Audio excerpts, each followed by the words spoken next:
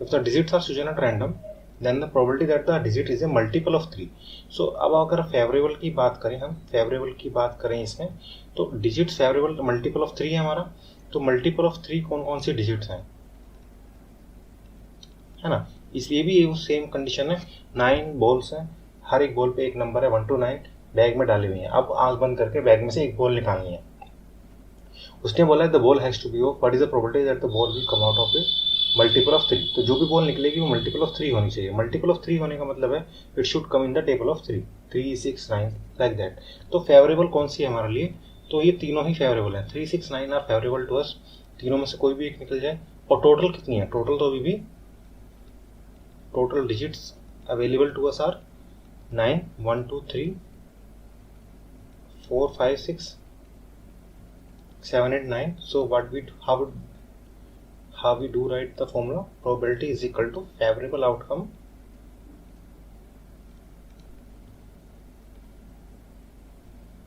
Upon total outcome. ठीक है,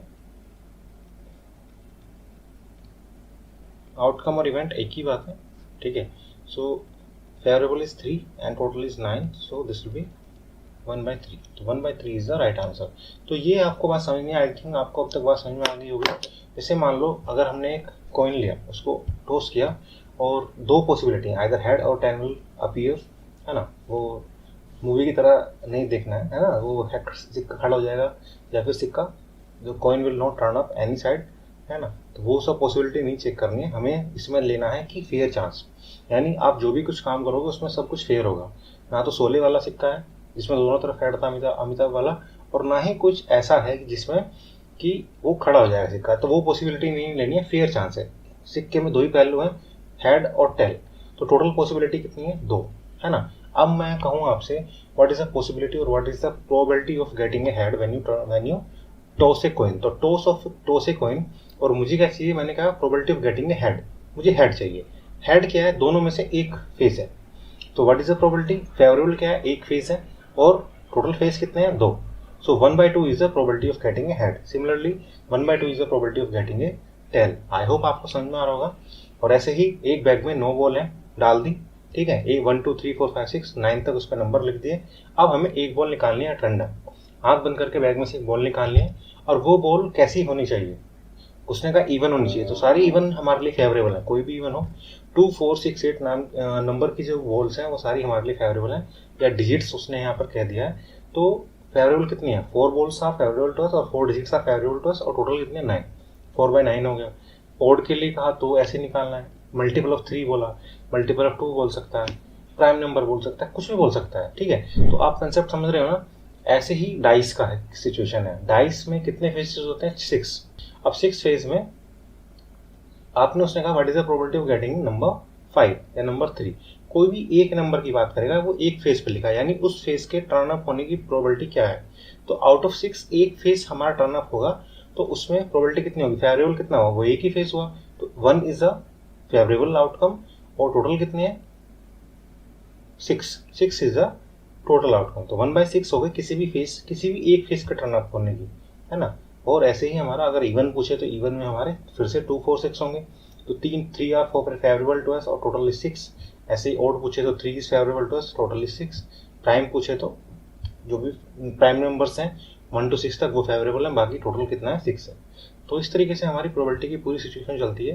तो हमें सिचुएशन को समझना है, देखना है, और कितना टोटल पॉसिबिलिटी है, क्या क्या सब कुछ क्या निकल सकता है, टोटल कितनी चीज़ें निकल सकती हैं अलग अलग, और जो हमें चाहिए वो कितनी है, बस इतना ही फॉर्मूला है। न्यूमरेटर में जो फेवरेबल हमें चाहिए, जो डिनोमिनेटर में जो टोटल जितना सब हो सकता है। चलो नेक्स्ट क्वेश्चन करते हैं, आई थिंक आप इसको सोल्व कर लोगे।